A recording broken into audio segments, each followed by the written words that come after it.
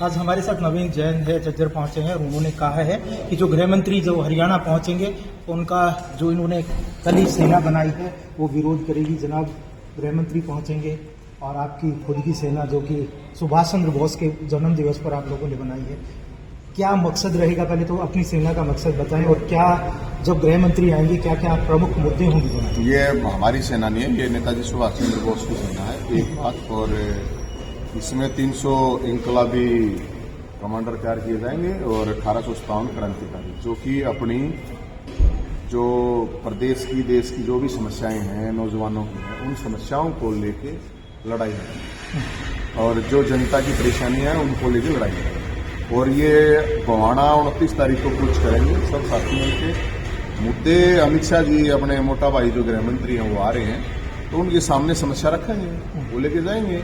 चाहे वो बेरोजगारी के लिए, चाहे किसान की एक घंटे के लिए मांग रहे हैं, चाहे सरपंच हैं वो अपना हक मांग रहे हैं, चाहे बेरोजगार हैं उन्होंने जॉब मांग रहे हैं, कर्मचारी हैं जो बीपीएल कार्ड धारक बीपीएल के कार्ड काट दिए फैमिली आईडी के नाम पे बुढ़ापा पेंशन काटी जा रही है। तो ये सारी चीजें हैं, इनको लेके इन मुद्दों को लेके वहां पे पहुंचेंगे और इसमें तो मेरे ख्याल में कोई बुराई नहीं है।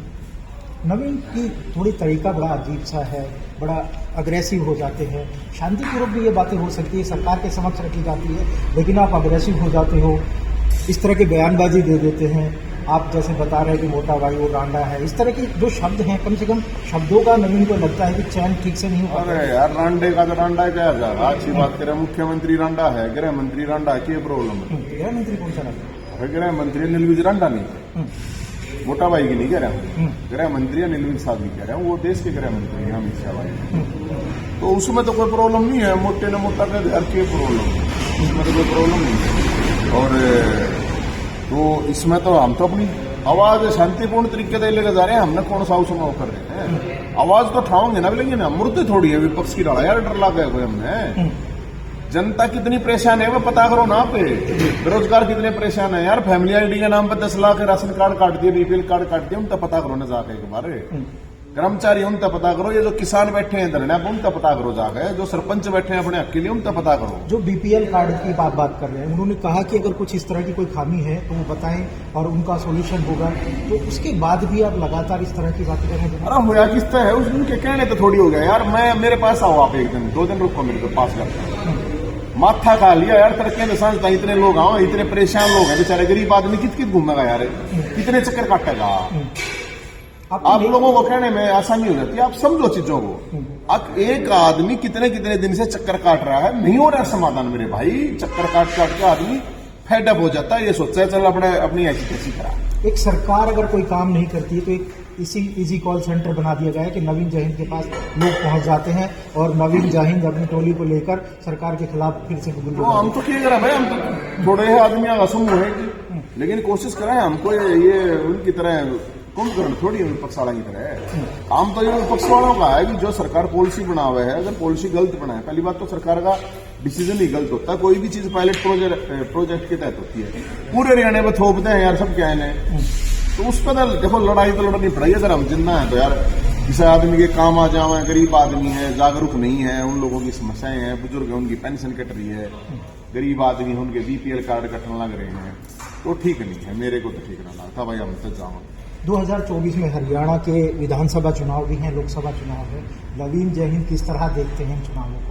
क्योंकि सरकार से अगर लोग नाराज हैं तो जाहिर सी बात है हरियाणा में कहीं ना कहीं बड़े फेरबदल को देखते हैं। अगर जब आप ये कहते हैं कि फेरबदल होगा, विपक्ष भी कहीं ना कहीं आप लोगों का साथ नहीं दे रहा है, तो कौन किसको वोट दिया जाए? यार अब वो तो लंबी बात है, आगे की बात है, देखेंगे। हमने पक्ष विपक्ष का नाम नहीं पता है कि सरकार में जो होता है उसका काम होता है जनता की सेवा करना, और विपक्ष में जो होता है उसका काम होता है जनता के लिए संघर्ष करना। अगर सरकार ठीक काम नहीं कर रही है, अब दोनों यार कुछ करते तो है नहीं, तो हमने जिसा हो छोटा मोटा काम कर ले। तो नवीन जयहिंद तीसरा मोर्चा खड़ा कर देना, अगर आप लोग सुन रहे हैं तो इस तरह के लोगों को दे दें, इस तरह के लोगों को खड़ा करके विधानसभा में। मैं लोगों को खड़ा करना चाहता हूँ, मैं उन लीडरशिप को खड़ा करना चाहता हूँ जो नौजवान समाज के लिए, देश के लिए निस्वार्थ भाव से काम करना चाहता हूँ। 2024 में क्या नवीन जयहिंद ऐसे लोगों को विधानसभा से चुनेंगे जो वाकई पीड़ित है सरकार से, या विपक्ष उनकी आवाजें नहीं उठा रही है, उन लोगों को?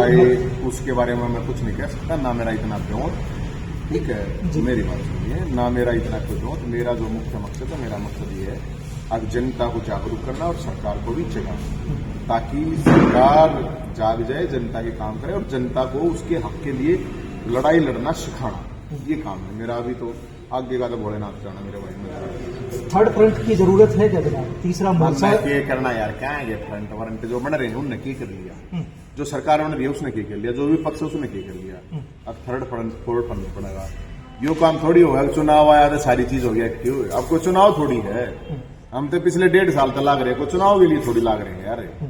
हम तो सिर्फ इस चीज के लिए लग रहे हैं, गवर्नमेंट की जो गलत पॉलिसी है, चाहे वो बेरोजगारी को लेके है, चाहे वो बुढ़ापा पेंशन बीपीएल है, या खेल कोटे की बात थी, ये जो भी इशू है, चाहे कोई सामाजिक इशू है, चाहे राजनीतिक इशू है, चाहे पॉलिसी मैटर इशू है, सरकार को सोच समझ के डिसीजन लेने चाहिए। नवीन, पुरानी पार्टी आपकी वो कहती थी कि राजनीति कीचड़ है और कीचड़ को साफ करने के लिए कीचड़ में उतरना पड़ता है। नवीन जैन किस तरह देखते हैं, क्या राजनीति में आकर ही शायद इन इश्यूज को और अच्छे से उठाया जा सकता है? भाई ये बात था, पहली बात है वो ठुक्का नहीं पार्टी में और इस राजनीति में। 2 लाख बुजुर्गों की पेंशन में तो किसी पार्टी में नहीं, उनको पता नहीं बनी ना, गड़बड़ हुई थी तो उनकी बनी। खेल कोटा ले लिया था, उल्टा होया ना, गरीबों के दलितों के घर गिरा रही थी, मजाक खड़ा हुआ तो रुक गया ना, वो जाटा तो उतर गया ना उनके सिर के ऊपर पे। जब बेरोजगार की बात कर रहे हैं तो सरकार कह रही है ना हम निकालने की वैकेंसी, तो जो ये एमएलए 90 एमएलए हैं, 15 एमपी हैं, ये क्या कराएंगे? उसके में एमपी एमएलए होता ना, कुछ करूंगा हला होना गया भोलेनाथ के करना है, ठीक है। जो जंतर मंतर पर जो पहलवान बैठे हैं उसको किस तरह देखते हैं? जो कांड हुआ, हालांकि अभी तक ना तो अध्यक्ष ने कोई इस्तीफा दिया है और वो भी अपनी जगह अड़ी के 7 सदस्यीय कमेटी बनाई है। अपने हक के लिए खड़ा होना चाहिए, और जो पहलवानों ने वहां खड़े होकर आवाज उठाई है बहुत अच्छी बात है। लेकिन मेरा ये सवाल है कि अपनी हक के लिए आवाज उठाना अच्छी बात है, लेकिन जब आप इस लायक हो तो दूसरे हकों के लिए भी उठाना चाहिए। पहलवान है तो अपने ऊपर बात आई तो आप उठा दिया। वो जो दूसरी लड़की है संदीप सिंह वाला मन, उस पर क्यों नहीं बोल रहे भाई? उस पर पहलवानी कहा चली गई है, वह छोरी नहीं है, वह खिलाड़ी नहीं है, उसके साथ छेड़छाड़ नहीं हुई।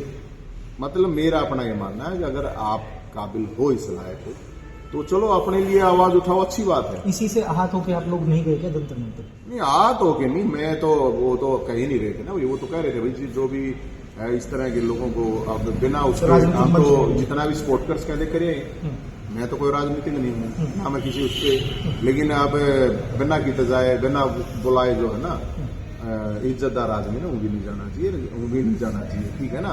जो है उनकी सपोर्ट करिए, हमने अपने लेवल पर खड़े होकर करी। जागा उड़ा कोई हो 2 टके का आदमी के मुंह गए थे, उसका क्या करें फिर? तो इसलिए मेरा जाना ना जाने का कोई फर्क नहीं पड़ता। हमने आवाज उठाई, उनके फेवर में आवाज उठाई, लेकिन मैं उनसे रिक्वेस्ट करता हूँ अब जो ये शिक्षादार अगर जो लड़की है, ये भी तो आपके ही उसकी होगी ना, खिलाड़ी है ये भी तो इसके लिए भी आवाज उठाओ।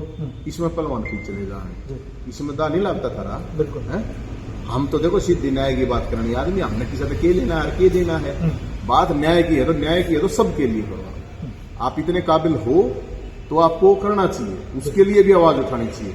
26 तारीख को मैं तो सब तक हूँ, मैं तो बजरंग पुनिया तक हूँ भाई, दिनेश फोगाट है, साक्षी मलिक है, योगेश्वर दत्त है, सारा तक हूँ। अब बोलो यार, बोलते क्यों नहीं? एक सेलेक्टिव नहीं होना चाहिए कि एक जगह आप बोल रहे हो एक जगह आप चुप हो ना, गलत बात। Thank you.